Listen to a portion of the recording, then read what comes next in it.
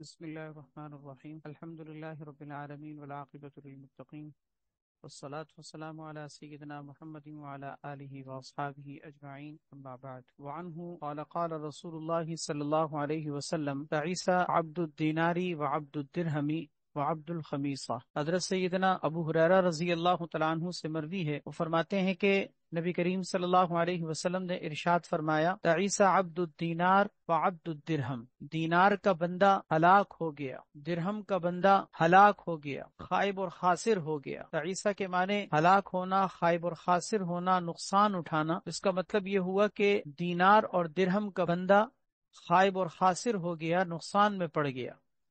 وعبد الخمیصہ، اور کپڑے کا بندہ۔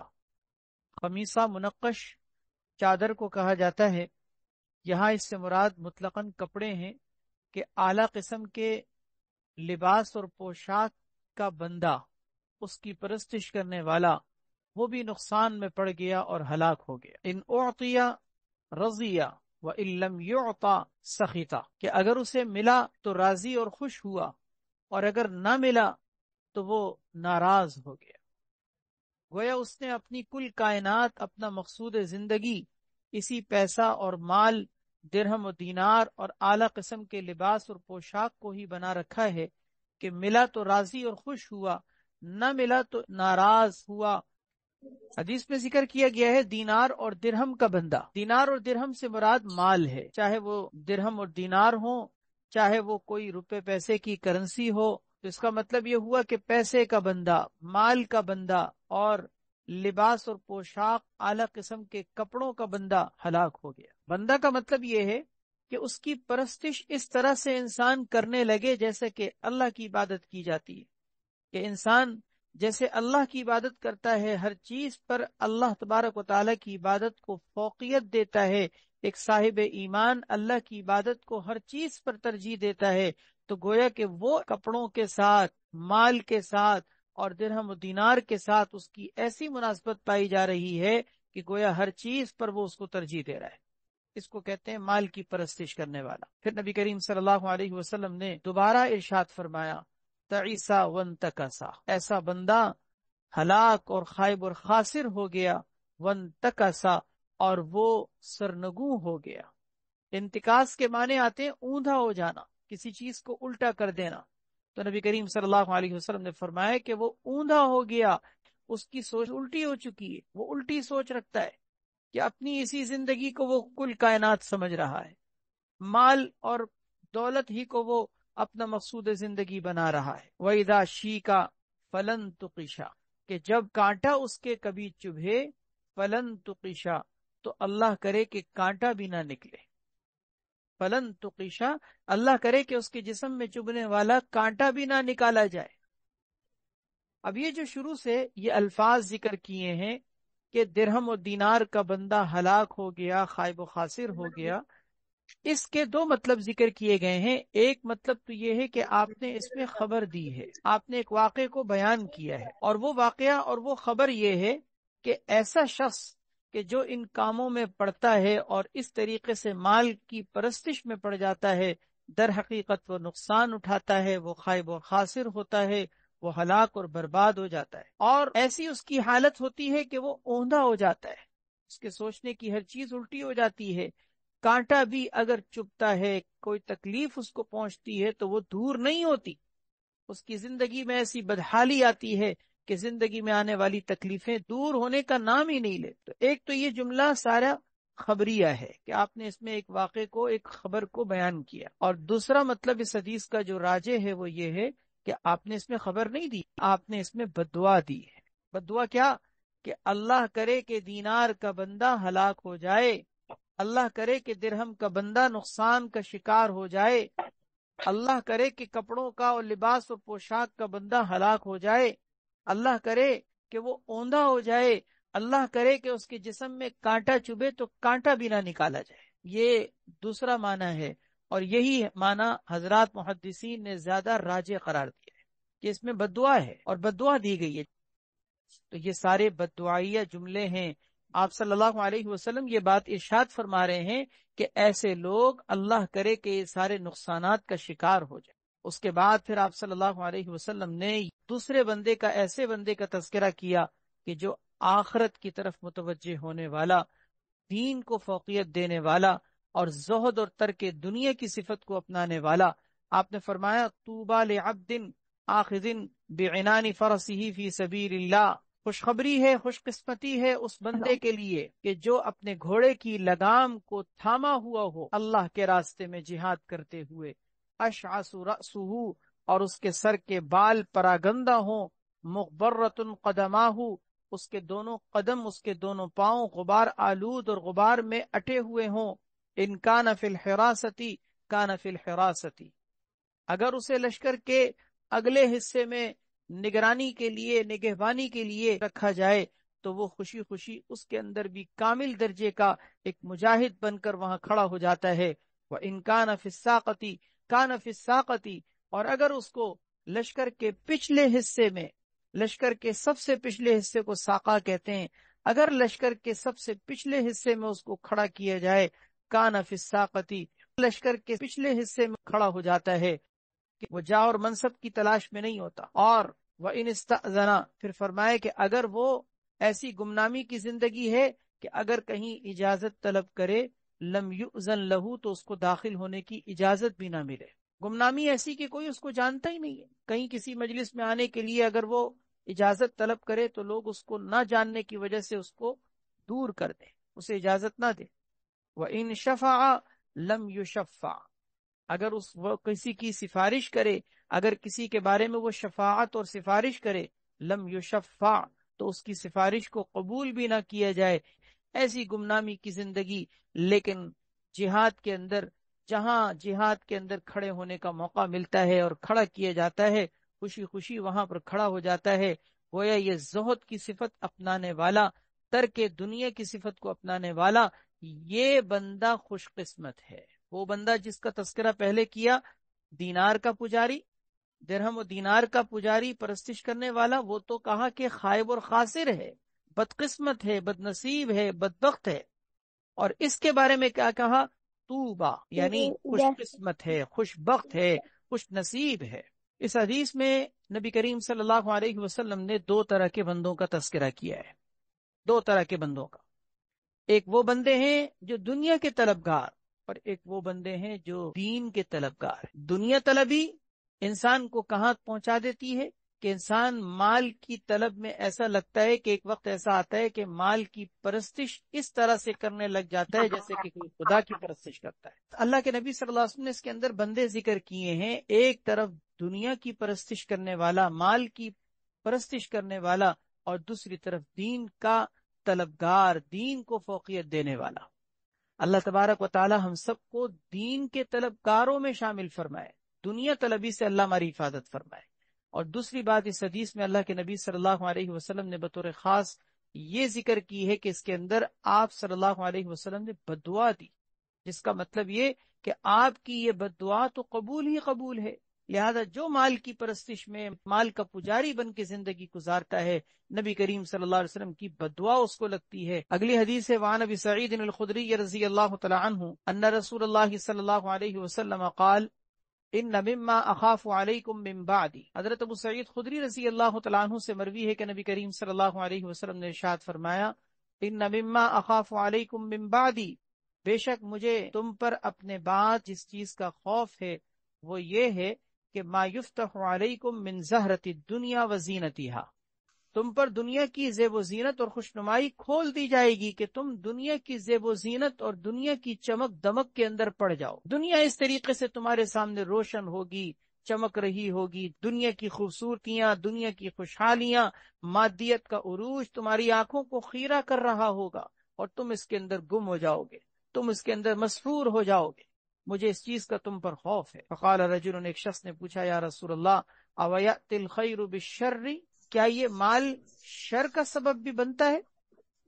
یعنی کیا یہ مال جو انسان کو اللہ تعالیٰ عطا فرماتے ہیں، کیا انسان کے لیے یہ شر انگیز بھی ہوتا ہے، شر کا بھی باعث بنتا ہے؟ خیر کا معنی بھلائی کے آتے ہیں، لیکن قرآن و حدیث کے اندر خیر کا لفظ مال کے معنی میں بھی استعمال ہوا ہے، مال کو بھی خیر کہتے ہیں. بلکہ خود قرآن کریم میں سورہ عادیات کے اندر، والعادیات ضبحا اس کے اندر آگے جا کر وَإِنَّهُ لِحُبِّ الْخَيْرِ لَشَدِيدٌ، یہاں خیر کا معنی مال کے ہے کہ بے شک انسان خیر کی محبت میں بہت شدید ہے۔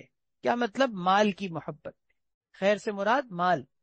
تو مال کو خیر کا لفظ اسی لیے دیا گیا کہ مال اپنی ذات کے اعتبار سے خیر اور بھلائی کا باعث ہوتا ہے، اپنی ذات کے اعتبار سے، اپنی ذات کے اعتبار سے برا نہیں ہے، وہ تو اس کا استعمال انسان برا کرے تو برا ہو جاتا ہے۔ خدا نخواستہ کوئی حرام طریقے سے مال کمائے، حرام طریقے سے مال خرچ کرے، اس مال کے فتنے میں مبتلا ہو رہا ہو، مال کو اللہ کی نافرمانی میں خرچ کر رہا ہو، مال کے اندر اسراف اور بخل میں مبتلا ہو رہا ہو، مال کی وجہ سے انسان آخرت سے غافل ہو رہا ہو، مال کی وجہ سے انسان اپنی نفسانیت اور شیطانیت والی زندگی کے گزارنے پر اتر جائے، تو ظاہر ہے کہ پھر یہ مال انسان کے لیے شر ہے۔ لیکن اپنی ذات کے اعتبار سے تو شر نہیں ہے نا، اپنی ذات کے اعتبار سے تو یہ خیر ہی خیر ہے۔ اس کے ذریعے سے زکوٰۃ دی جاتی ہے، اس کے ذریعے سے اللہ کے راستے میں مال خرچ کیا جاتا ہے، حج کی ادائیگی اس کے ذریعے سے ہوتی ہے، غریبوں مسکینوں فقیروں پر خرچ کرنے کے لیے اس مال کی ضرورت ہوتی ہے۔ آپ کے پاس اگر مال نہ ہو تو آپ لوگوں کو کیسے کھلائیں گے؟ آپ غریب کے سر پر ہاتھ کیسے رکھیں گے؟ یتیم کی پرورش کا آپ کو موقع کیسے ملے گا؟ کتنی ساری مالی عبادتیں آپ نہیں کر سکیں گے اگر یہ مال نہ ہو۔ تو مال کے ذریعے سے انسان کو خیر ملتی ہے، بھلائی ملتی ہے، نیکی اجر کمانے کا موقع ملتا ہے، آخرت کے لیے ذخیرہ جمع کرنے کا موقع ملتا ہے۔ اسی لیے حدیث میں اللہ کے نبی صلی اللہ علیہ وسلم نے فرمایا نعم المال الصالح للرجل الصالح، اچھا مال یعنی صاف ستھرا پاکیزہ حلال مال نیک آدمی کے پاس ہو تو کیا ہی بہتر ہے کہ وہ اپنی نیکی اور تقوی کی وجہ سے مال کو صحیح استعمال کرے گا۔ دیکھیں نا، اسلحہ ہے، چاقو ہے، خنجر ہے، اپنی ذات میں تو برے نہیں ہیں، اگر غلط ہاتھوں میں پہنچ جائیں گے تو لوگوں کے گلے کاٹے گا۔ یہی چاقو خنجر اسی کے ذریعے سے چیزیں کاٹنے کا، جانور کو ذبح کرنے کا، سبزی پھل فروٹس وغیرہ کاٹنے کا کام بھی انسان لیتا ہے۔ فقال رجل یا رسول اللہ، ایک شخص نے پوچھا یا رسول اللہ کیا اویأتی الخیر بالشر، کیا خیر یعنی یہ مال شر کا سبب بن سکتا ہے؟ فسکتا، آپ خاموش رہے، آپ نے کوئی جواب نہیں دیا۔ حتی ظننا، یہاں تک کہ ہم یہ سمجھنے لگے کہ انہو ینزل علیہ، کہ آپ صلی اللہ علیہ وسلم پر وحی کا نزول ہو رہا ہے۔ جب آپ خاموش ہوئے اور آپ کے اوپر خاموشی کی ایسی کیفیت تھی کہ صحابہ کرام سمجھ جاتے تھے کہ آپ کے اوپر وحی کا نزول ہو رہا ہے، تو وحی نازل ہونا شروع ہو گئی۔ جب وحی نازل ہو کر ختم ہو گئی، قال، فرماتے ہیں راوی کہ فمسح عنہ الرحضاء، آپ نے اپنے چہرے سے پسینہ پونچھا، پسینہ صاف کیا۔ جب وحی کا نزول ہوتا تھا تو وحی کی شدت ایسی ہوتی تھی کہ آپ کے ماتھے پر، آپ کی جبین پر پسینہ آ جایا کرتا تھا۔ اس کی شدت کی عالم میں آپ صلی اللہ علیہ وسلم نے اپنے ماتھے کا پسینہ پونچھا، اور پھر اس کے بعد فرمایا این السائل، وہ سائل کہاں ہیں جس نے سوال کیا تھا کہ مال جو اللہ تبارک و تعالیٰ کی طرف سے نعمت کے طور پر آتا ہوتا ہے کیا یہ شر کا باعث بھی ہو سکتا ہے؟ تو وہ سوال کرنے والا کہاں ہے؟ وَكَأَنَّهُ حَمِدَهُ، گویا کہ آپ صلی اللہ علیہ وسلم نے اس کے سوال کی تعریف کی، حوصلہ افزائی کی، آپ نے اس کے سوال کو سراہا کہ تم نے اچھا سوال کیا کہ اس سوال کی برکت سے وحی نازل ہوئی ہے۔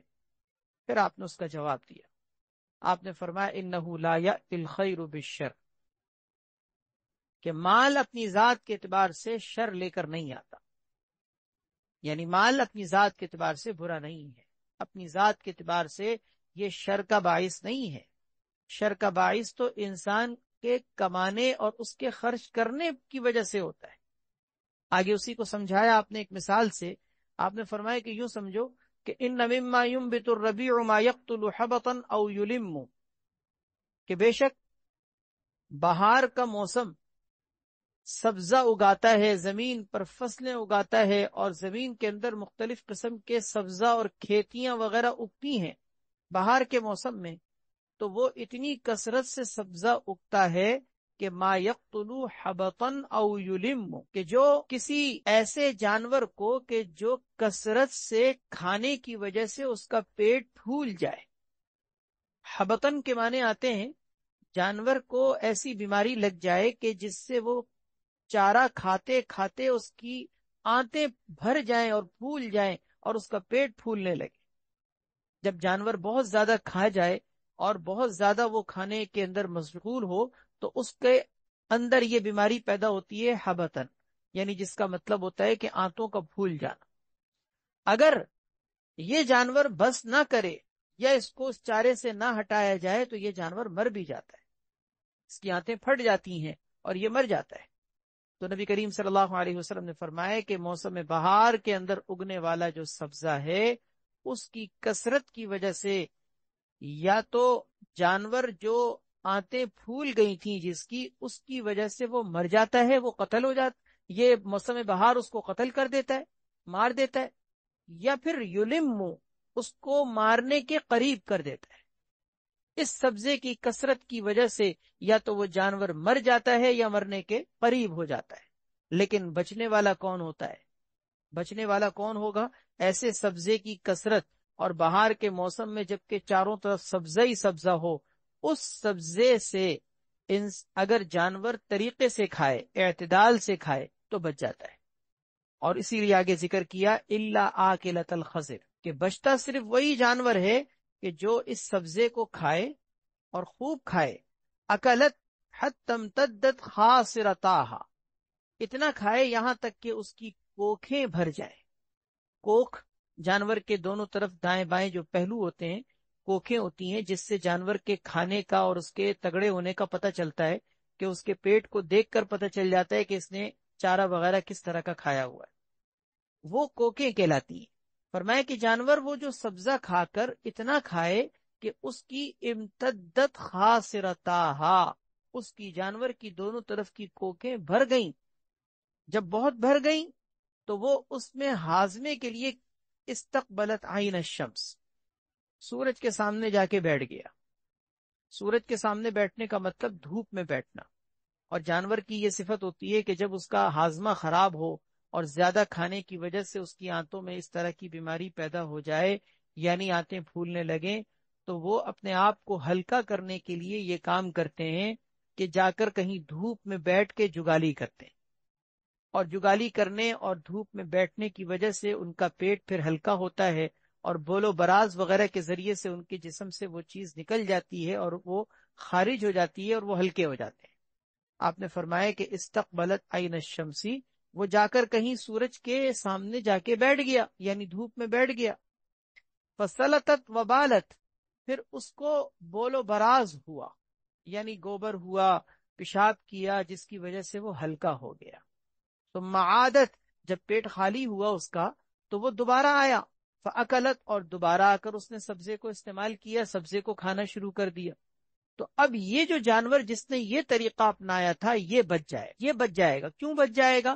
اس لیے کہ اس نے بھی حد سے زیادہ تو کھایا تھا، لیکن ہاضمے کے لیے اس نے ایک طریقہ اختیار تو کیا نا، کہ آ کر کہیں بیٹھا اور جگالی کی، سورج کی دھوپ میں بیٹھا اور اس کے بعد پھر ہلکا ہونے کے بعد دوبارہ کھانے کے لیے گیا. اگر یہ نہ آتا اور کھاتا رہتا کھانے میں لگا رہتا تو آنتیں پھول پھول کر پھٹ جاتی اور وہ ہلاک ہو جاتا. اس کا مطلب کیا ہوا کہ آپ صلی اللہ علیہ وسلم نے گویا کہ اس کو مثال کے ذریعے سے سمجھایا کہ دیکھو یہ مال ہے، اللہ تبارک و تعالیٰ کی دی ہوئی نعمت ہے.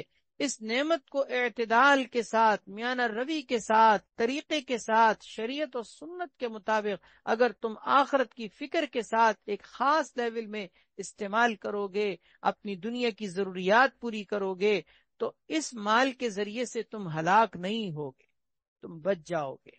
ورنہ اگر اس مال کو بے دریغ تم استعمال کرنے لگے، آزاد اور خود مختار ہو کر، بالکل شتر بے لگام کی طریقے سے کہ جہاں سے بھی آتا ہے آنے دو، جو آ رہا ہے کھاؤ، جو آ رہا ہے جمع کرو، کون زکوٰۃ دے گا، کون خرچ کرے گا، کون قربانی کرے گا، کون حج کرے گا، مال جمع کرنے کی حرص اور ہوس میں اگر تم پڑے رہو گے تو اس مال کی غفلت میں اور اس مال کے فتنے میں تم مبتلا ہو کر ایسے ہی ہلاک ہو جاؤ گے جیسے کہ سبزہ کھاتے کھاتے وہ جانور ہلاک ہو گیا تھا.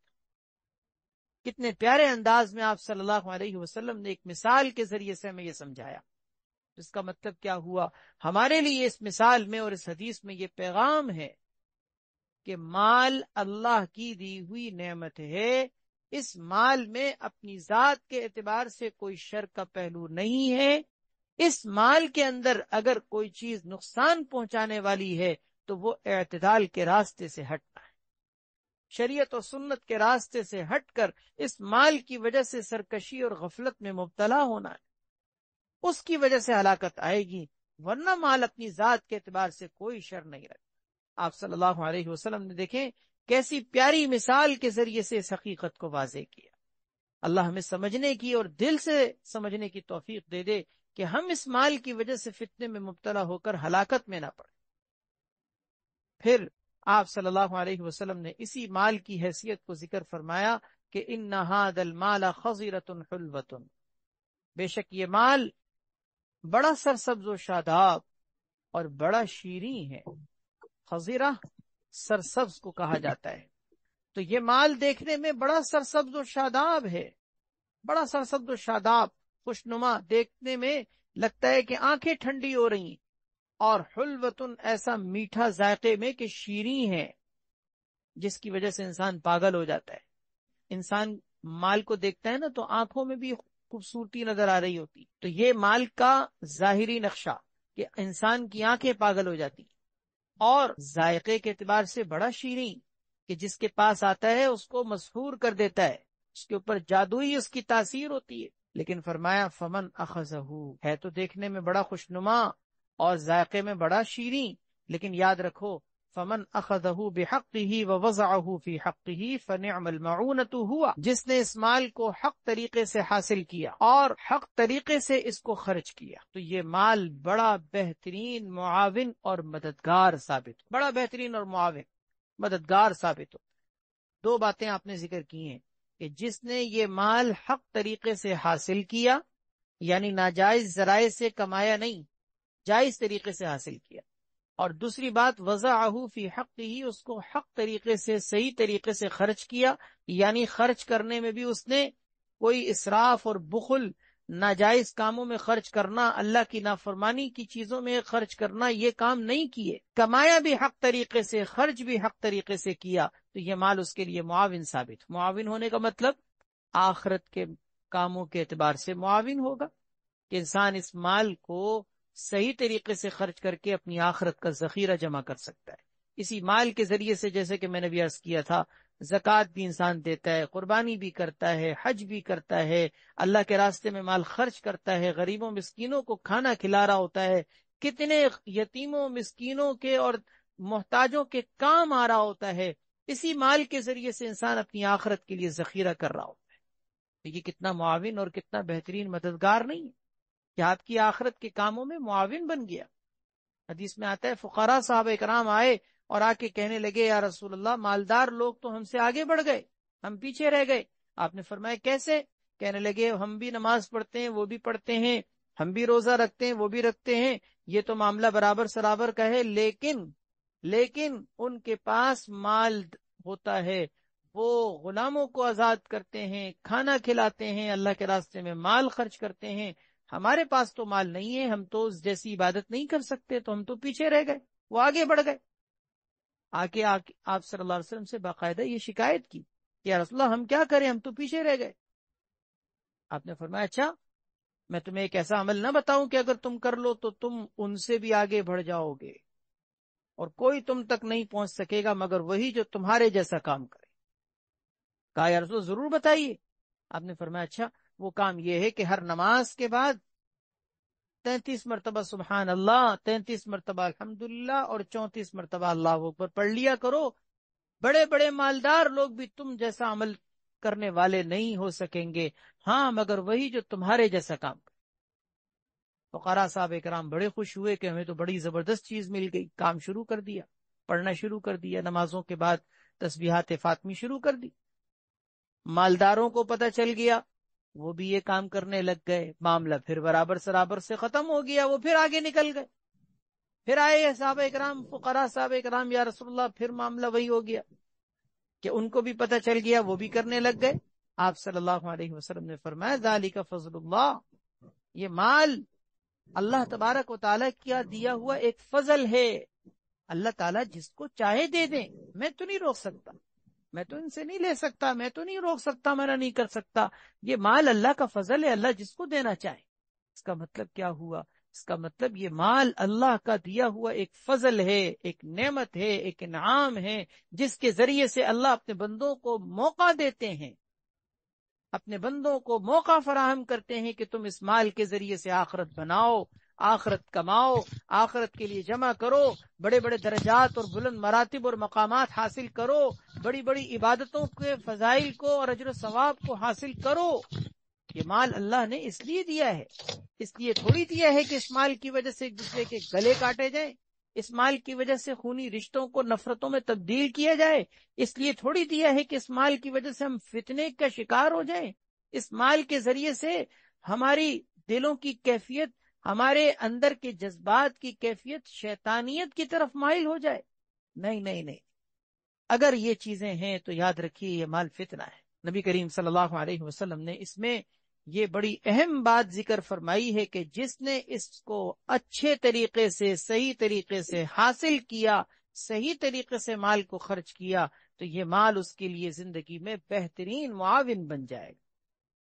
وَمَنْ أَخَذَهُ بِغَيْرِ حَقِّهِ كَانَ كَالَّذِي يَأْكُلُ وَلَا يَشْبَعُ. اور جس نے اس مال کو ناحق طریقے سے حاصل کیا, یعنی غلط طریقے سے, حرام طریقے سے حاصل کیا, كَانَ كَالَّذِي يَأْكُلُ وَلَا يَشْبَعُ, تو اس کی مثال اس شخص کی طرح ہے کہ جو کھاتا ہو لیکن سیر نہ ہوتا. کیا مطلب؟ کھا کھا کے تھک گیا ہے لیکن پیٹ ہی نہیں بھر رہا. اس کو جوع البقر کہتے ہیں, ایک بیماری ہے, اللہ تعالیٰ پناہ میں رکھے. جوع البقر, جوع البقر کا مطلب یہ ہوتا ہے ایسی بیماری کہ جس میں بھوک ختم ہو کے نہیں دیتی. انسان کو پہاڑوں جیسا بھی اگر ذخیرہ کھلا دیا جائے تو بھوک ختم نہیں ہوگی, کھا کھا کے وہ مر جائے بھلے لیکن بھوک ختم نہیں ہوگی. مسلسل وہ انسان کی طبیعت کی بھوک بڑھتی چلی جا رہی ہے. یہی حالت اگر پیاس کی ہو تو اس کو استسقاء کی بیماری کہتے ہیں. استسقاء کی بیماری, آپ پانی کے سمندر پلا دیں, پیٹ میں جگہ نہیں ہوگی پینے کی, لیکن وہ کہے گا پانی مجھے اور پلاؤ. اس کو استسقاء کہتے ہیں. تو نبی کریم صلی اللہ علیہ وسلم نے اس بیماری میں مبتلا شخص کے ساتھ آپ نے تشبیہ دیتے ہوئے فرمایا کہ مال کو جو ناجائز طریقے سے حاصل کرتا ہے, مال کے فتنے کا شکار ہوتا ہے, اس کی مثال اس شخص کی طرح ہے کہ جو کھاتا رہے لیکن سیر نہ ہو. کھاتا رہے لیکن سیر نہ ہو. کیا مطلب؟ اس کی طبیعت کی رغبت اور طبیعت کا شوق مال کی طرف کبھی ختم ہی نہیں ہو کے دے. لاکھوں روپے اس کو مل جائے تب بھی شوق اور رغبت بڑھتا ہی چلا جائے. جیسے کہ بخاری شریف کی روایت ہے نا, لوکان لبن آدم وادیان, اگر ابن آدم کے پاس مال کے اور سونے کی 2 وادیاں بھر کر بھی اگر اس کو مل جائیں تو تیسری وادی کی اس کو طلب شروع ہو جائے گی. 2 وادیاں بھر کر سونا بھی اگر اس کو مل جائے نا تو تیسری کی تلاش شروع کر دے گا. پھر آگے فرمایا وَلَا يَمْلَأُ جَوْفَ ابْنِ آدَمَ إِلَّا التُّرَابُ, ابن آدم کے پیٹ کو سوائے قبر کی مٹی کے اور کوئی چیز نہیں بھر سکتی. ابن آدم کے پیٹ کو سوائے قبر کی مٹی کے اور کوئی چیز نہیں بھر سکتی. قبر کی مٹی ہی ایک ایسی چیز ہے جس سے پیٹ بھرے گا, باقی کوئی چیز نہیں بھر سکتی. ہر انسان اپنی طبیعت کے اعتبار سے ان باتوں کو سامنے رکھتے ہوئے سوچے کہ کہیں خدا نہ خواستہ وہ مال کے فتنے میں مبتلا تو نہیں ہے. کیونکہ یہ مال کا فتنہ انسان کا زندگی کا خطرناک ترین فتنہ ہے. حدیث میں آتا ہے, آپ صلی اللہ علیہ وسلم نے فرمایا ہر امت کے اندر کوئی فتنہ رکھا گیا ہے, میری امت کا فتنہ مال ہے. ان فتنۃ امتی المال, میری امت کا فتنہ مال ہے. اللہ اکبر. تو یہ مال جو ہے یہ بڑا خطرناک اور مہلک ترین فتنہ ہے. پھر آگے آپ صلی اللہ علیہ وسلم نے فرمایا وَيَكُونُ شَهِيدًا عَلَيْهِ يَوْمَ الْقِيَامَةِ, کہ جو یہ مال کے فتنے میں مبتلا ہوا تو یہی مال کل قیامت کے دن اس کے خلاف شہید یعنی گواہ بنے گا. گواہ بنے گا یعنی کیا مطلب؟ حجت بن کر کھڑا ہوگا اور اللہ تبارک و تعالیٰ کے سامنے اس کی زیادتیوں کو بتائے گا، اس کی زیادتیوں کو اللہ کے سامنے واضح کر دے گا کہ دیکھیں یا اللہ، اس نے میرے حقوق کو کس طریقے سے پامال کیا ہے۔ جیسے کہ حدیث میں آتا ہے، نبی کریم صلی اللہ علیہ وسلم نے ارشاد فرمایا کہ مال جس کی دنیا میں انسان نے زکوٰۃ ادا نہ کی ہو، کل قیامت کے دن انسان کے گلے میں توق بنا کر، گنجے سانپ کے مانند اس کے گلے میں توق بنا کر ڈالا جائے گا۔ اسی مال کو سانپ کی شکل میں کنورٹ کر کے اس کے گلے میں توق بنا کے ڈال دیا جائے گا، اور وہ سانپ اس کو اس کی باچھوں سے پکڑے گا اور کہے گا انا مالک انا کنزو، میں تیرا جمع کردہ خزانہ ہوں، جس سے تو زکوٰۃ نہیں دیا کرتا تھا نا، آج میرا تو مزہ چکھ لے، میں تیرا جمع کردہ خزانہ ہوں۔ سورہ توبہ کے اندر بھی اللہ تعالیٰ نے ارشاد فرمایا، جو لوگ سونا چاندی جمع کر کے رکھتے ہیں اور اسے اللہ کے راستے میں خرچ نہیں کرتے، جیسے زیورات ہیں لیکن ان کی زکوٰۃ کی طرف توجہ ہی نہیں ہے۔ کتنی ہی ایسی عورتیں ہیں، ایسی خواتین ہیں کہ جن کو لاکھوں روپے کے زیورات ان کے پاس موجود ہیں، لیکن اس کی توجہ ہی نہیں ہے زکوٰۃ کی طرف اور زیورات کا حساب کتاب کر کے زکوٰۃ نکالنے کی طرف۔ زکوٰۃ لازم ہے یا نہیں ہے، زکوٰۃ لازم ہے تو کتنی ہے، کوئی توجہ نہیں۔ وہ یہ کہتی ہیں کہ ہم کماتے تھوڑی ہیں کہ ہم زکوٰۃ نکالیں، اور شوہر سے کہو تو شوہر کہتا ہے کہ جی وہ میرا تھوڑی ہے، وہ تو بیوی کا ہے۔ تو شوہر صاحب یہ کہہ کے الگ ہو گئے، بیوی صاحب یہ کہہ کے الگ ہو گئی، زیورات کی زکوٰۃ نہیں نکالی۔ زیورات یاد رکھیں، جس کی زیورات کی زکوٰۃ نہ نکالی جائے، یہ زیورات ان کے گھر میں میاں بیوی اور ان کے بچوں کی زندگی میں نحوستوں اور پھٹکار کا باعث۔ حدیث میں آتا ہے، نبی کریم صلی اللہ علیہ وسلم کے سامنے دو عورتیں آئیں، آپ صلی اللہ علیہ وسلم نے ان کے ہاتھ میں کنگن دیکھے، آپ نے فرمایا کہ اس کی زکوٰۃ نکالتی ہو؟ انہوں نے کہا نہیں یار۔ آپ نے فرمایا کہ تم چاہتی ہو کہ کل قیامت کے دن تمہیں آنکھ کے کنگن پہنائے جائیں؟ کہنے لگے نہیں۔ آپ صلی اللہ علیہ وسلم نے فرمایا تو پھر اس کی زکوٰۃ نکال۔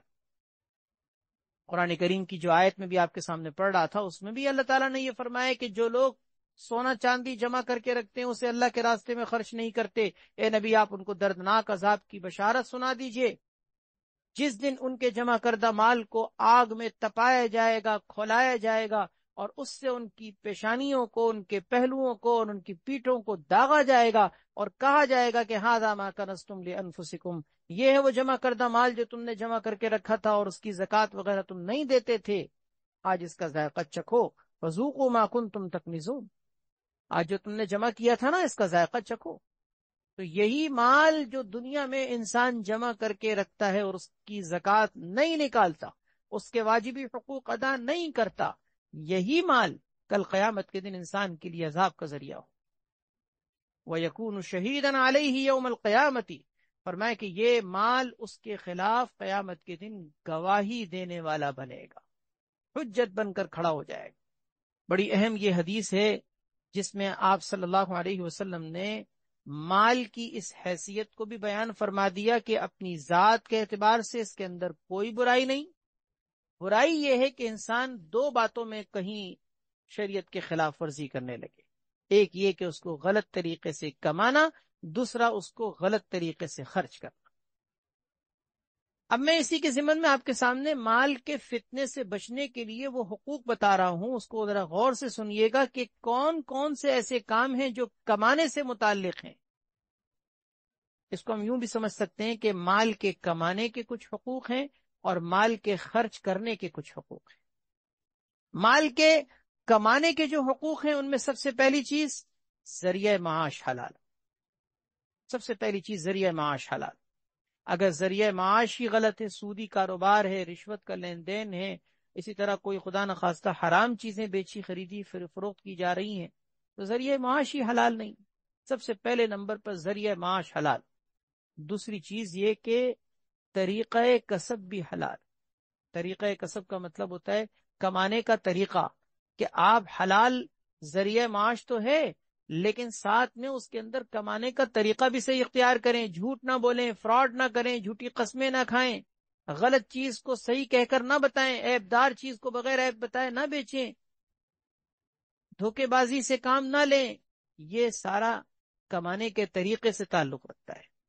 آپ کا جائز مال ہے، حلال مال سے آپ نے مثال کے طور پر کوئی دکان خریدی، اس میں آپ نے حلال مال سے آپ نے کپڑوں کا مثلاً کاروبار شروع کیا، مال آپ نے لاکھوں روپے کا ڈالا، حلال تھا، پاکیزہ تھا، سب کچھ صحیح تھا، جب دکان پر بیچنے کے لیے بیٹھے جھوٹ بول رہے ہیں، فراڈ کر رہے ہیں، دھوکہ دے رہے ہیں، غلط بیانی کر رہے ہیں، وعدہ خلافی کر رہے ہیں، اس کا مطلب کیا ہوا؟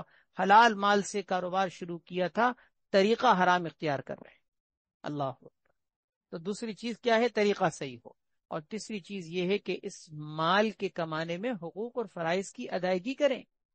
ایسا نہ ہو کہ مال کمانے میں ایسے منہمک ہیں کہ فرض نمازیں ہی چھوڑ دیں، روزہ رکھ رہے نہیں ہے، کیوں جی؟ ہم کاروبار کرتے ہیں، ہم نہیں روزہ رکھ سکتے، ہمارا کاروبار ایسا ہے جس میں روزہ نہیں رکھا جا سکتا۔ حج نہیں کر رہے، کیوں؟ اس لیے کہ حج کریں گے تو جو ہے وہ پیسے خرچ ہوں گے اور چھٹی لینی پڑے گی، اتنی دنوں تک ہم کاروبار چھوڑ کے نہیں جا سکتے۔ اس کا مطلب آپ کے مال کمانے نے، آپ کے کاروبار نے، آپ کی تجارت نے، آپ کی ملازمت نے آپ کو آخرت سے، حقوق سے، فرائض سے غافل کر دیا۔ تو تیسری چیز کیا ہو گئی؟ حقوق اور فرائض کی ادائیگی۔ حقوق اور فرائض پورے ادا ہوں، ان میں کوئی ڈنڈی نہ ماری جائے۔ اور چوتھی چیز یہ کہ اس میں انہماک سے بچا جائے، ایسا نہ ہو کہ پیسہ کمانے کی مشین بن جائے۔ اعتدال کے ساتھ، ایک لیول میں رہتے ہوئے، حد درجہ اعتدال کے ساتھ، کہ جس میں آپ حد سے زیادہ منہمک نہ ہو کہ آخرت سے غافل ہو جائیں۔ صبح بھی کما رہے ہیں، دوپہر بھی کما رہے ہیں، شام بھی کما رہے ہیں، رات کو پارٹ ٹائم کی بھی ڈیوٹی ہو رہی ہے، نہ گھر والوں کی فکر، نہ بیوی بچوں کی فکر، نہ بچوں کو ٹائم دیا جا رہا ہے، ایک پیسہ کمانے کی مشین بن گیا انسان۔ اللہ اکبر۔ اتنا انسان کمانے میں لگے کہ منہمک نہ ہو، لوگوں کے حقوق متاثر نہ ہو، فرائض متاثر نہ ہو، آخرت کے لیے بھی کچھ وقت نکلے، قرآن کے پڑھنے کے لیے، تلاوت کرنے کے لیے بھی کچھ وقت ملے، اپنے بیوی بچوں کو ٹائم دینے کے لیے بھی آپ کے پاس وقت ہو۔ تو اس کا مطلب یہ ہوا کہ یہ چار کام ایسے ہیں جو کمانے کے حقوق سے تعلق رکھتے ہیں۔ ذریعہ معاش حلال ہو، طریقہ حلال ہو، اور حقوق اور فرائض ادا ہو، ساتھ میں یہ کہ انہماک نہ ہو۔ اور خرچ کرنے کے اندر سب سے پہلی چیز یہ کہ جو مال کے شرعی واجبات ہیں اس کو آپ پورا کریں۔ قربانی لازم ہوتی ہے، قربانی کریں، حج لازم ہوتا ہے، حج ادا کریں، زکوٰۃ ادا کریں، جو مال کے آپ کے اوپر واجبی حق ہے ان کو پورا کریں۔ ایسا نہ ہو کہ مال جمع ہو رہا ہے لیکن نہ حج کی فکر، نہ زکوٰۃ کی فکر، نہ کوئی مال کے واجبات کی ادائیگی، بس جمع ہو رہے ہیں، پیٹیاں کی پیٹیاں بھرتی چلی جا رہی۔ نہیں، مال کے واجبی حقوق ادا کریں۔ دوسرا، خرچ کرنے میں یہ ضروری لحاظ رکھنا ضروری ہے کہ نافرمانی کے کاموں میں خرچ نہ کریں۔ یہ نہ ہو کہ اللہ کی نافرمانی کی چیزیں ہم خرید رہے ہیں، اللہ کا دیا ہوا مال اللہ ہی کی نافرمانی اور سرکشی کے کاموں میں لگا رہے ہیں۔ نعوذ باللہ من ذالک۔ اللہ تعالیٰ پناہ میں رکھے۔ کتنی عجیب بات نہیں ہے؟ اللہ نے مال دیا ہے، اللہ کی نافرمانی میں خرچ کر کے آپ اللہ سے بغاوت کر رہے ہیں۔ قرآن کریم میں تو اللہ تعالیٰ نے اپنے بندوں کی صفت ذکر کی ہے کہ ہمارے دیے ہوئے مال میں سے اللہ کے راستے میں خرچ کرتے ہیں۔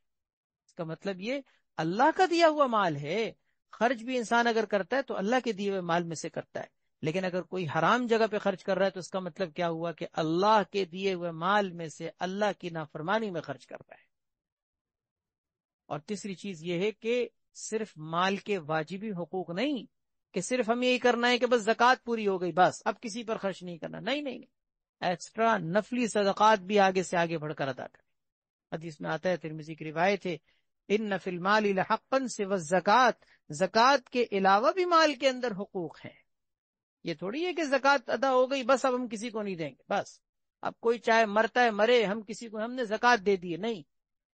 زکوٰۃ کے علاوہ بھی اگر اللہ آپ کو موقع دیتے ہیں، کھانا کھلائیں، غریبوں کا خیال رکھیں، لوگوں کو کپڑے پہنائیں، لوگوں کی تنگ دستی کو دور کرنے کا جہاں اللہ موقع دیتے ہیں تنگ دستیاں دور کریں، کھانا کھلائیں، کسی بھی شکل میں خیر کے کاموں میں خرچ کرنے کے اندر آگے سے آگے بڑھیں، نفلی کام، انفاق فی سبیل اللہ۔ اور چوتھی چیز یہ ہے کہ میانہ روی اختیار کریں۔ میانہ روی کا مطلب یہ ہے کہ اسراف سے بھی بچیں اور بخل سے بھی بچیں۔ اسراف ہے حد سے آگے بڑھنے کا کہ 2 پیسے کی جگہ 4 پیسے خرچ کر رہے ہیں، اور بخل نام ہے کہ 2 کی جگہ 1 بھی خرچ نہیں ہو۔ دونوں چیزیں غلط ہیں۔ قرآن کریم میں بخل سے بھی منع کیا گیا ہے، اسراف سے بھی منع کیا گیا ہے۔ میانہ روی اپنائیں۔ الاقتصاد فی المعیشتی، آپ صلی اللہ علیہ وسلم نے فرمایا کہ معیشت میں انسان کا اقتصاد اختیار کرنا یعنی میانہ روی اختیار کرنا یہ عادی معیشت ہے. الاقتصاد فی النفقتی نصف المعیشت، یہ الفاظ. الاقتصاد فی النفقتی، خرچ کرنے میں انسان کا میانہ روی اختیار کرنا. آدھی معیشت تو اس سے ہی تعلق رکھتی ہے. آدھی یعنی گوئے 50% آپ کی معاشی حالت کا تعلق اس بات سے ہے کہ آپ خرچ کیسے کرتے ہیں. کوئی بھی شخص اگر معاشی کرائسس کا شکار ہو تو ہم سب سے پہلے اس کو یہ حدیث کے مطابق اس کو یہ تلقین کریں گے کہ تم یہ بتاؤ خرچ کیسے کرتے ہو. ایسا تو نہیں کہ تم معاشی کرائسس کا شکار ہو اس وجہ سے کہ تمہارے ہاتھ بہت کھلے. قرآن کریم میں سورہ بنی اسرائیل کے اندر 15ویں پارے میں ذکر کیا ہے، نہ اپنے ہاتھ کو بالکل کھلا چھوڑ دو اور نہ اپنے گلے سے ایسا باندھ کر رکھو کہ تم بخیل بن جاؤ. نہیں، درمیانہ. ان دونوں طرح کے اگر کوئی حقوق کو ادا کرے گا تو مال کے فتنے سے بچے گا. اگلی حدیث بھی مال کے ہی فتنے سے متعلق ہے، بڑی اہم حدیث. حضرت عمرو بن عوف رضی اللہ تعالیٰ عنہ فرماتے ہیں کہ نبی کریم صلی اللہ علیہ وسلم نے ارشاد فرمایا، فواللہ للفقر اخشى علیکم، پس اللہ کی قسم، آپ صلی اللہ علیہ وسلم نے فرمایا اللہ کی قسم مجھے تمہارے اوپر کوئی فقر و فاقے کا خوف نہیں ہے. فقر و فاقے کا خوف نہیں ہے، مجھے یہ ڈر نہیں ہے کہ میرے دنیا سے جانے کے بعد تمہارے اوپر فقر و فاقہ اور مفلسی آ جائے گی. نہیں، مجھے اس چیز کا ڈر نہیں. ولیکن اخشى علیکم ان تبسط علیکم الدنیا، مجھے تمہارے اوپر اس بات کا خوف ہے کہ دنیا تم پر کھول دی جائے گی جیسا کہ تم سے پچھلے لوگوں پر کھولی گئی تھی. جیسے کہ تم سے پچھلے لوگوں پر کھولی گئی تھی یعنی کیا مطلب؟ تم سے پہلے آنے والی امتوں پر جیسے دنیا کھل گئی تھی، مجھے یہ ڈر ہے کہ تمہارے اوپر بھی دنیا کھل جائے. فَتَنَافَسُوهَا كَمَا تَنَافَسُوهَا، پس تم بھی اس کے اندر ایک دوسرے سے آگے بڑھنے میں سبقت کرنے لگ جاؤ گے جیسا کہ وہ لوگ سبقت کرنے لگ گئے تھے. مقابلے بازیاں کرنے لگ گئے تھے جیسے کہ وہ لوگ آگے مقابلہ بازیاں کرنے میں، آگے بڑھنے میں، ایک دوسرے سے آگے بڑھنے میں لگ گئے تھے. تو مجھے ڈر ہے کہ تم بھی اسی کام میں لگ جاؤ. وَتُهْلِكَكُمْ كَمَا أَهْلَكَتْهُمْ، اور یہ مال اور یہ دولت کا کھلنا، یہ دنیا کی خوشحالیاں، یہ تمہیں بھی ایسے ہی ہلاک کر دیں گی جیسے کہ ان کو ہلاک کیا تھا. تو خوف مجھے اس بات کا نہیں ہے کہ تم فقر و فاقے اور مفلسی کا شکار ہو. خوف تو مجھے اس بات کا ہے کہ تم پر دنیا کھل جائے گی اور تم دنیا کے اندر ایک دوسرے سے آگے بڑھنے میں سبقت کرنے لگ جاؤ گے اور ایسے ہی تم ہلاک ہوگے جیسے کہ پچھلی امتیں اس کام میں لگ کے ہلاک ہوئی. حضرت ابو ہریرہ رضی اللہ تعالیٰ عنہ سے مروی ہے کہ نبی کریم صلی اللہ علیہ وسلم نے ارشاد فرمایا، اللہم اجعل رزق آل محمد قوتا. آپ نے یہ دعا فرمائی، اے اللہ آل محمد کے رزق کو بقدر کفایت کر دے. یعنی آپ نے اپنے اہل بیت، اپنے گھرانے اور اپنے خاندان کے لیے یہ دعا مانگی، اے اللہ آل محمد کے لیے یعنی اہل بیت کے لیے، یا اللہ رزق ایسا کھول نہ دے کہ وہ دنیا کے فتنے میں مبتلا ہو جائیں، بلکہ ان کا رزق بقدر کفایت کر دے. قوت کے معنی آتے ہیں زندگی کے اندر ایسا گزران، اتنی خوراک اور غذا کا ملنا کہ جس سے انسان کی حاجت پوری ہو جائے، جس کو ہم کہتے ہیں بقدر حاجت ملنا. اسی لیے آگے ایک اور لفظ حدیث میں ذکر کیا گیا ہے، وفی روایت کفافن. کفاف کا مطلب کیا ہوتا ہے؟ کفاف کا مطلب یہ ہوتا ہے کہ ایک انسان کی ضرورت کے بقدر انسان کو چیز مل جائے، اس سے زیادہ نہ ملے، اس کو بقدر کفایت کہتے ہیں. تو نبی کریم صلی اللہ علیہ وسلم نے اپنے گھرانے کے لیے اس چیز کو مانگا. کیا مطلب؟ اس چیز کو صرف مانگا ہی نہیں بلکہ پسند کیا، کیونکہ جس چیز کو انسان مانگتا ہے اس کا مطلب اس کو اس نے اختیار کیا، اس کو اپنے لیے پسند کیا. آپ صلی اللہ علیہ وسلم نے اپنے گھرانے کے لیے اس چیز کی دعا مانگی اور اس کو پسند کیا، یا اللہ بقدر کفایت رزق عطا فرما. بقدر کفایت کیا مطلب؟ ضرورت سے زائد نہ دے کہ کہیں ایسا نہ ہو کہ یہ مال کے فتنے میں مبتلا ہو جائے. اس کا مطلب یہ سمجھ لیجئے کہ ہم اس بات کے پابند نہیں کہ ہم صرف بقدر کفایت مال رکھیں اور مال کا زیادہ حصہ جمع کرنا جائز نہیں. یہ تو حدیث میں ایک آپ صلی اللہ علیہ وسلم کی پسند ذکر کی جا رہی ہے کہ آپ نے اپنے گھرانے کے لیے اس بات کو پسند کیا ہے. ضرورت کے تحت ایک انسان مال جمع کرتا ہے، مال کے واجبی حقوق پورے کرتا ہے، زکوٰۃ میں، قربانی میں، حج میں، صدقہ فطر میں، دیگر غریبوں مسکینوں کو کھانا کھلانے اور ان کا خیال وغیرہ رکھنے میں کوئی کمی نہیں کرتا، اس کا مطلب یہ ہوا کہ اب مال اگر اس کو لاکھوں نہیں کروڑوں میں اللہ تبارک و تعالیٰ عطا کر دیں، کوئی حرج کی بات نہیں، کوئی حرج کی بات نہیں، بس شرط یہ ہے کہ مال کے واجبی حقوق پورے ہوں۔ جیسے کہ میں نے ابھی حدیث آپ کے سامنے ذکر کی تھی کہ نعم المال الصالح للرجل الصالح، اچھا مال نیک انسان کے پاس ہو تو کیا ہی خوب ہے، کیا ہی بہتر ہے۔ تو مال حلال ہو، انسان نیک ہو، تو پھر سونے پہ سہاگا، کیا ہی کہنا۔ پھر تو وہ مال جو حلال تھا اچھے آدمی کے پاس ہے، وہ ایسے ہی ہے کہ جیسے کہ کوئی ملک اور قوم اور وطن کا محافظ ہو اور اس کے ہاتھ میں اسلحہ ہو، اس اسلحے کے ذریعے سے وہ اپنے وطن کا تحفظ کرے گا، اپنے دین کا تحفظ کرے گا۔ ایک مجاہد کے ہاتھ میں اسلحہ، وہ جہاد اعلاء کلمت اللہ اس کے ذریعے سے کرے گا۔ اس کا مطلب یہ کہ اچھا مال کتنے اچھے آدمی کے ہاتھ میں ہے کہ اس اچھے آدمی نے اس مال کے ذریعے سے آخرت کمانا شروع کر۔ تو مال صرف بقدر کفایت رکھنا ضروری نہیں، بقدر کفایت سے زائد بھی رکھنا جائز ہے، لیکن شرط یہ کہ مال کے واجبی حقوق پورے کیے جائیں۔ اگلی حدیث ہے عن عبداللہ ابن عمرو رضی اللہ تعالی عنہما قال قال رسول اللہ صلی اللہ علیہ وسلم قد افلح من اسلم، آپ صلی اللہ علیہ وسلم نے فرمایا وہ شخص کامیاب ہو گیا جس کے اندر یہ تین باتیں ہوں۔ من اسلم، سب سے پہلی چیز یہ کہ وہ اسلام لایا۔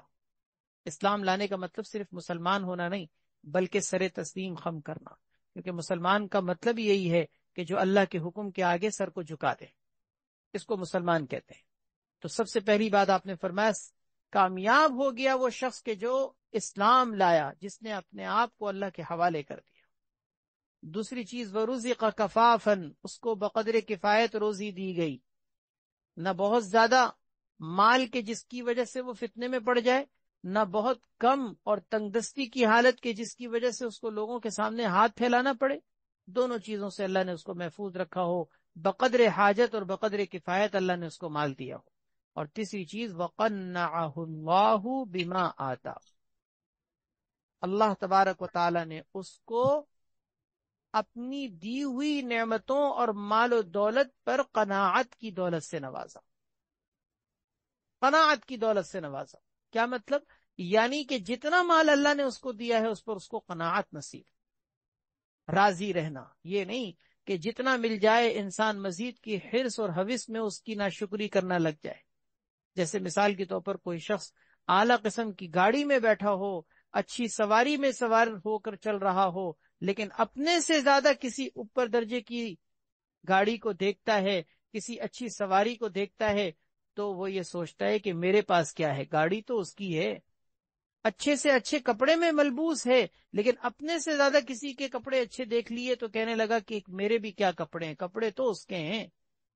گھر اللہ نے اتنا اچھا دیا ہوا ہے، لیکن کسی کا اچھا بنگلہ دیکھ لیا تو اپنا گھر انسان کو جھونپڑی محسوس ہونے لگے۔ نہیں، یہ تو حرص اور ہوس ہے، کہ یہ تو ایک انسان کو قناعت کی دولت سے محرومی کہا جائے گا، کہ ایک انسان کو اللہ نے کتنا کچھ دیا پھر بھی وہ لوگوں کو دیکھ رہا ہے۔ اپنے سے اوپر کے درجے کے لوگوں کو دیکھنے سے اسی لیے منع کیا گیا ہے کہ مال کے اعتبار سے، دنیا کے اعتبار سے اپنے سے اوپر درجے کے لوگوں کو مت دیکھو، اس سے ناشکری پیدا ہوگی۔ اپنے سے کم درجے کے لوگوں کو دیکھو۔ اللہ نے اگر آپ کو گاڑی دی ہے، آپ کے پاس ہلکے درجے کی گاڑی ہے، آپ یہ بھی تو سوچیں کہ آپ کے پاس 4 ویل ہے، کوئی 2 ویل پہ چل رہا ہے، اور کوئی 2 ویل کے بھی قابل نہیں ہے، وہ پبلک ٹرانسپورٹ کو یوز کر رہا ہے۔ ایسے کتنے ہی لوگ ہیں، اور وہ بھی آپ کے پاس اگر نہیں ہے تو کم سے کم اللہ نے آپ کو پاؤں تو دیے ہیں۔ اللہ نے آپ کو پاؤں تو دیے ہیں کہ جس پاؤں پر چل کر آپ پیدل بھی تو کم سے کم سفر کر رہے ہیں۔ کتنے ہی ایسے لوگ ہیں جن کے پاس چلنے کے لیے پاؤں بھی نہیں ہے۔ اپنے سے کم درجے کے لوگوں کو دیکھیے، شکر پیدا ہوگا۔ ہاں، اپنے سے اوپر درجے کے لوگوں کو دیکھنا ہے، لیکن دین کے اعتبار سے۔ آپ دیندار، متقی، پرہیزگار لوگوں کو دیکھیں کہ دیکھیں آپ یہ سوچیں میں بھی نماز پڑھتا ہوں الحمدللہ، لیکن فلاں تو نمازوں کے ساتھ ساتھ رات کو تہجد بھی پڑھتا ہے، میرے پاس تو یہ دولت نہیں ہے۔ اس کو دیکھ کر آپ کے اندر یہ چیز پیدا ہو، اور آپ کے اندر یہ جذبات پیدا ہوں کہ کاش کہ مجھے بھی تہجد مل جائے۔ یہ قرآن کریم کتنا اچھا پڑھتا ہے، کتنی خوبصورت ماشاءاللہ اس کی تلاوت ہے، کتنی بہترین ادائیگی ہے، میں تو ایسے قرآن کریم نہیں پڑھ پاتا، کاش کہ میں بھی پڑھنے لگ جاؤں۔ فلاں کو اللہ رب العزت نے توفیق دی ہے خیر کے کاموں میں خرچ کرنے کی، میرے پاس بھی تو مال ہے، میں کیوں نہیں خرچ کروں؟ یہ ہے وفی ذالک فلیتنافس المتنافسون، اس میں آگے بڑھنے والے ایک دوسرے سے آگے بڑھنے میں سبقت کریں۔ تو ہم کہاں دوڑ لگا کے بیٹھے ہوئے ہیں کہ فلاں کے پاس ایسے کپڑے، فلاں کے پاس ایسا بنگلہ، اس کے پاس ایسی گاڑی۔ یہ کوئی دوڑ لگانے کی چیزیں نہیں ہیں، دوڑ لگانے کی چیزیں تو یہ ہیں وفی ذالک فلیتنافس المتنافسون۔ اللہ پاک ہم سب کو سمجھنے کی توفیق عطا فرمائے، اللہ تبارک و تعالی ہم سب کو عمل کی توفیق عطا فرمائے، ان حدیثوں کو اللہ پاک ہمارے دلوں میں اتار دے، ہمارے عمل کے اندر اللہ تبارک و تعالی ہر طرح کی ہونے والی کوتاہیوں کو دور فرمائے، اور خاص طور پر مال کے حوالے سے جو آج ہم نے احادیث پڑھی ہیں، ان احادیث کی برکت سے اللہ ہم سب کو مال کے فتنے سے بچائے، مال کے کمانے کے اور خرچ کرنے کے جو حقوق ہیں اللہ ان حقوق کی ادائیگی کی توفیق عطا فرمائے۔ وآخر دعوانا الحمدللہ رب العالمین۔ الحمد للہ رب العالمین والعاقبۃ للمتقین والصلاة والسلام علی سیدنا محمد وعلی آلہ واصحابہ اجمعین۔ یا ارحم الراحمین، یا ذی الجلال والاکرام، یا غیاث المستغیثین، یا امار المستجیرین، یا اللہ اپنے فضل سے اپنے کرم سے ہم سب کو معاف فرما۔ رمضان المبارک کا یہ عظیم بابرکت مہینہ چل رہا ہے، اس مہینے کی برکت سے یا اللہ ہم سب کی کامل مغفرت فرما، یا اللہ ہم سب کے گناہوں سے درگزر فرما، عفو درگزر کا معاملہ فرما۔ اے اللہ تو معاف کرنے والا ہے، معافی کو پسند کرتا ہے، اے اللہ ہم سب کو معاف فرما دے، اے اللہ ہم سب کی گردن جہنم سے آزاد کر دے، یا اللہ رمضان المبارک کے اس عظیم مہینے کی برکتیں نصیب فرما، رحمتیں نصیب فرما، اس عظیم مہینے کی تمام عبادات میں یا اللہ آگے بڑھ چڑھ کر حصہ لینے کی توفیق عطا فرما، دن کو روزہ رکھنا، رات کو تراویح پڑھنا، دعائیں مانگنا، تلاوت کرنا، ذکر کرنا، یا اللہ راتوں کو اٹھنا، تہجد کا اہتمام، یا اللہ اسی طریقے سے دیگر تمام عبادات اور خیر کے کاموں میں بڑھ چڑھ کر حصہ لینے کی توفیق عطا فرما۔ اے اللہ اخلاص عطا فرما، نیک نیتی عطا فرما، ہر طرح کے ظاہری باطنی فتنوں سے اور بالخصوص مال کے فتنوں سے ہم سب کی حفاظت فرما۔ سبحان ربک رب العزۃ عما یصفون وسلام علی المرسلین والحمد للہ رب العالمین۔ آمین یا رب العالمین برحمتک یا